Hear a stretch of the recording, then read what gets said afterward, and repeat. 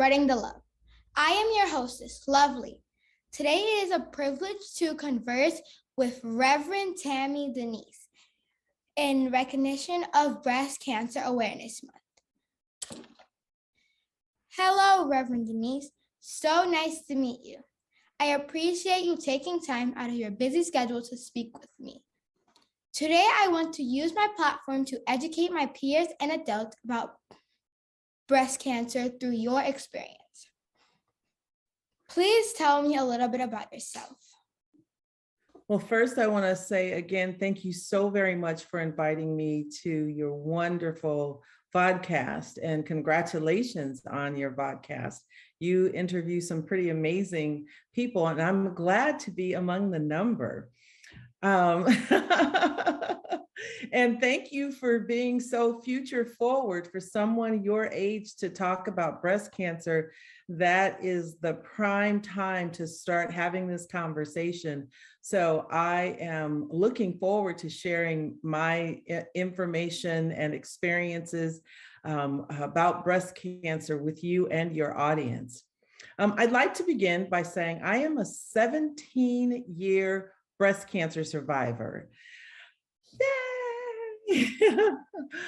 By God's grace and an amazing medical team and a phenomenal tribe of support from community to family to coworkers and beyond, I get to have this privilege to share with you and your audience. One thing you should know about me being a 17-year breast cancer survivor is that when I was first diagnosed, my doctors didn't think that I would actually live 5 years. In the breast cancer world, it is considered a survivor, and you're on your way if you make it to that 5-year mark without having breast cancer come again, and we call that a recurrence. Wow. So not only did I make it the 5 years, I'm now 17 years past my original diagnosis. So I'm so excited about my life and the privilege to share parts of my journey with you and your audience. Wow, that's amazing.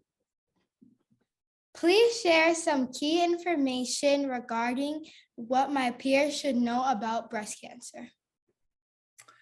Yeah, so your peers are a little bit different than my peers. So is it okay if I share for 2 different audiences? Yeah. Okay, great. So you're 11, is that correct? Yes, I am. Right. So we do a program called Train Up the Child. And what that simply means is teaching children about things that they should know that are going to help them along the way in life. And you're at the perfect age for a program like that, because what we do is we teach young girls starting at ages 10 through age 18 to get in touch with their bodies and to understand how their body is forming, and to get comfortable with touching your body in a medical way that could help save your life. Now, by the time you get, down the road where breast cancer might be a concern for you, they may have come out with many other ways to look at younger persons to diagnose or to screen for breast cancer. But for now, we tell young ladies to look at their breast as if they were a daisy. If I had a picture of a daisy, you would look and you'd see all of these petals that are on the daisy, right? And in the center, you'd see another piece where all of the pollen resonates inside that daisy. And what we would do is we tell you the way you, as an 11-year-old, should examine your body and breast and chest is to make sure you are touching all of the petals on the daisy. And that way, by the time your breasts fully form, you won't be afraid to touch your breast to examine for what's called a breast self-exam. Now, for my peers, it's something very similar. And we should do breast self-exams, and we should do them on a regular basis. It's suggested that we do that monthly. And many women time that around their menstrual cycle so that they know when that happens. But when you're doing a breast self-exam, that's actually not a good time to time it, because your breasts change when you're ovulating. So we suggest people put it on the calendar like for the first of the month or the last day of the month, or somewhere that's not around their menstrual cycle. Then we tell women also to go get a clinical breast exam, and that's a breast exam that's done by a medical professional. So when you go, your mom or your aunt or your grandma, they go for their annual physicals, they can talk to their doctor and ask them to give them a physical breast exam, because that also helps the doctors know what feels normal to your loved one's breast, right? And then they'll know if something changes. And then the third way that we teach women to make sure that they are being as proactive as they can be is through what's called a mammography screening. And so it's almost kind of like an X-ray machine for breast. And so women go starting at age 40, and they go every year to go get their annual mammogram screening. So you know what you could do? In your card that you're going to either make or buy for your mom for Mother's Day, you could write in there, remember to get a mammogram, inside the card. So that way you're helping yourself and you're helping your mom. Okay. How did you manage to cope when you received this news? Oh, that is a big question, Miss Lovely. I managed to cope in many ways. The first way was God. I am a woman of faith, and I believe that God has my life in the palm of his hands. We just celebrated Easter on yesterday, so this is a big spiritual season for us that believe in the Christian faith. And so God was my guiding force. But I tell you, I had so many beautiful people in my life, like I said, from family and friends to community to church to people I worked with, social clubs, you name it. I had a lot of support. But the key was, as Black women, sometimes we don't know how to ask for help. And even worse, we don't know how to receive help. So I opened myself up to asking for help and for receiving help, and allowing all of those amazing people that God put in my life, giving them permission to love me in a time of need. Wow. So your family was, first it was God, and then your family on earth helped you as well. Yes, yes. And I had a great medical team, but I opened myself up to have conversation with my medical team. When you're diagnosed with cancer, you don't just have one doctor, you have many, many, many doctors that help you to navigate various points throughout your cancer journey. But I had open and honest conversations with my doctors. I told them when I was afraid. I told them when I didn't trust something that they said. And sometimes I even told them if I didn't agree. And so together we would talk about all of those components, and together we would come up in decisions that were going to be the best ones to meet our goal, which was to save my life. And so I'd say that we succeeded so far. What do you think? Yes, you did. I read that you are the co-founder of Carrie's Touch. Please tell us a little bit about your the service you offer. Okay, you're doing such a great job. I am so impressed with you. Thank you for being a phenomenal interviewer. That's what I have to say first. Carrie's Touch, my late sister and I co-founded Carrie's Touch because when I was diagnosed, I had a ton of support from friends and family and community, but I didn't have a lot of support in a support group that understood me as a Black woman and the experiences that I was having, and how being a Black woman, I needed something different than what the support groups were offering. So my sister and I, we said, we're not going to complain about it. We're going to do something about it. And we created the organization to be able to be a safe space and place for Black women and women of color to come and feel seen, feel heard, and feel valued when it comes to them navigating their breast cancer journey. So we provide support services to breast cancer survivors, patients and survivors. We do research on Black women specifically. We do advocacy, which means we go and we fight for legislation that is going to be something that Black women and people of color and people on the margins don't normally get. We fight for their rights. We often say we fight for those who cannot, will not, and do not know how to fight for themselves. And we do awareness and education. We do things like what we're doing right now. We come on shows with multiple audiences to spread our message around doing breast self-exams, getting clinical breast exams and annual mammography.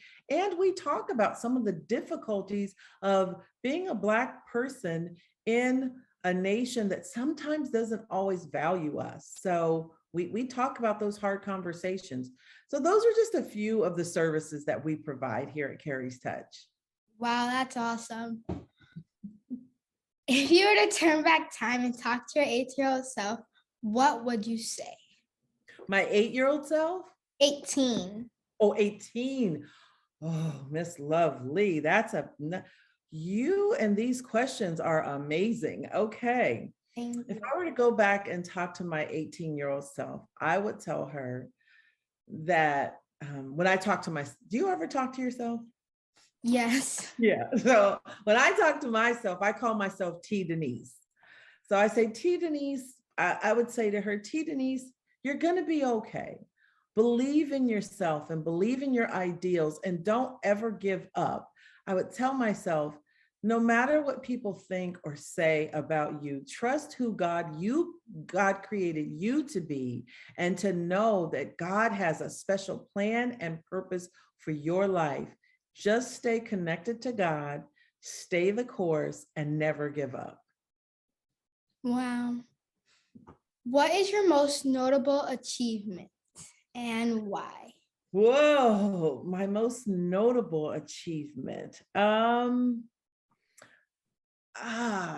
most notable, there are many. What is my most notable achievement? Oh, Miss Lovely. Okay, let's see. I got to choose one. I would say that my most notable achievement is, I'll connect it to Carrie's Touch, is we built a breast cancer program in Ghana, West Africa. We took some of the protocols that we use here in supporting breast cancer survivors, and we went to Ghana, we learned their culture, we worked with them for 2 years, and then we implemented a program called HOPE, Peer and Nurse Navigator Program. And HOPE stands for Helping Others Through Personal Experience. And we taught breast cancer survivors in Africa, and we taught nurses in Africa about some non-emergency support that they could offer to people in remote villages that couldn't make it into the big city to get some support from their doctors. That's amazing.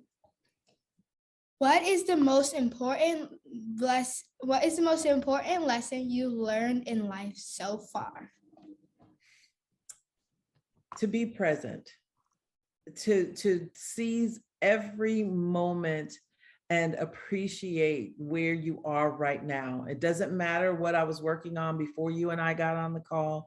Doesn't matter what I have to work on after we finish this call, but to be right here with you so that I'm available to embrace all this moment holds in it. Wow.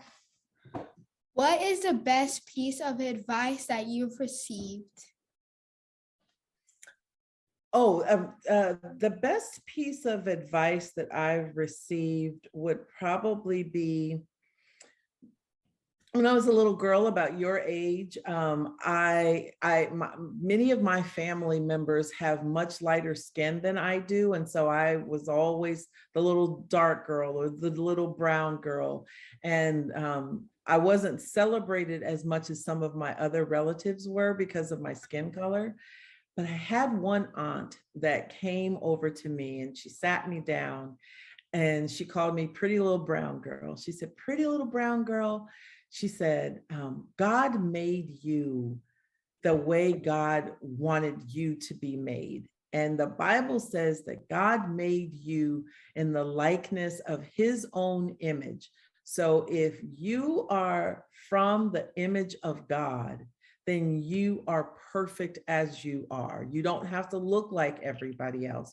Know who you are, be who you are, and always show up fully as you are. Unique. Everybody's unique in their own way. That's right. That's right.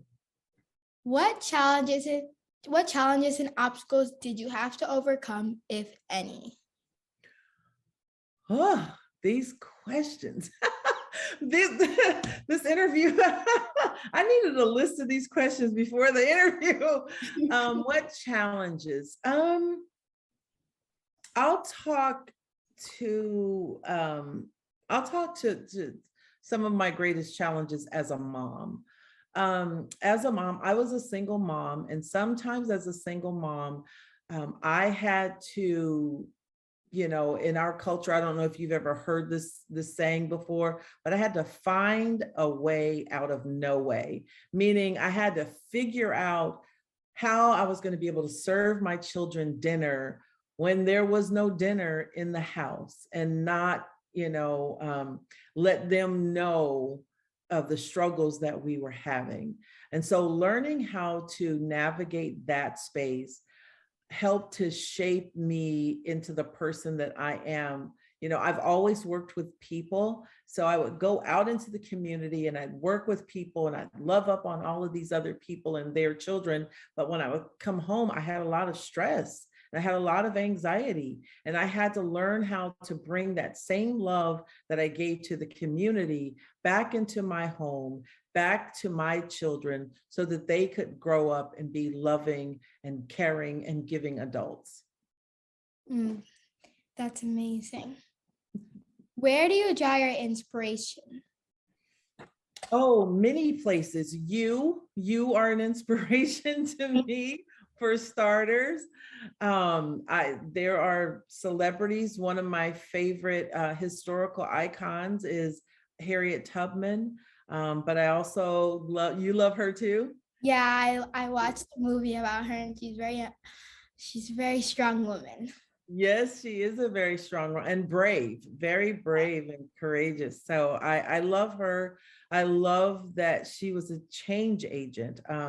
I love so many other women and people. And my greatest inspiration is people who have a desire to hope. I recently read a quote, and I don't have it memorized yet, so I'm going to summarize it, that said, we look at hope as this big grand thing without realizing that getting to hope actually takes a lot of courage and it takes a lot of work. So I am always inspired by those who have the audacity to hope. Wow. My main goal for hosting the Spreading the Love vodcast is to inspire and inform the youth about endless possibilities. What advice would you give to my peers and me as we pursue our dreams? To dream bigger. Dream big.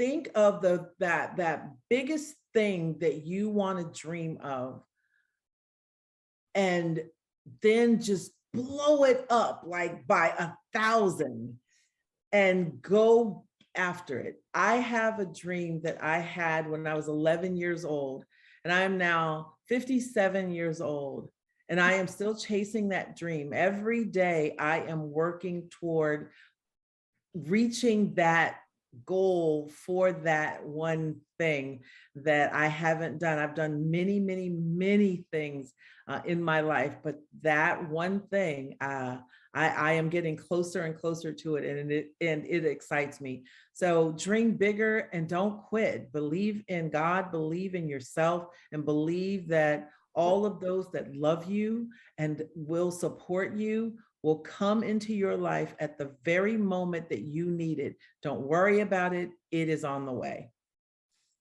Wow. So, do you have any questions for me? Absolutely. Are you an only child? No, I have a brother. His name is Elijah. Is he older or younger? He's older. He's 13. Oh, he's 13. Okay. What made you start your vodcast? What made me start my vodcast is because I wanted to know how different celebrities live their life, or not even celebrities, different people all around the world live their life, because you could search things on Google and it won't always be true. And I want to know the person that I interview's actual perspective on what they do in their regular life. And who is the main person that you want to interview that you haven't interviewed yet? Oprah Winfrey. Yes, yes, yes, yes. So remember we talked about dreaming bigger? Yes. Yeah, dream even bigger with her, and just every day work toward it, and you are certainly on your way. Thank you. You are a pillar of strength and a true inspiration. Thanks once again. Thank you so very much. This was so delightful. I am honored.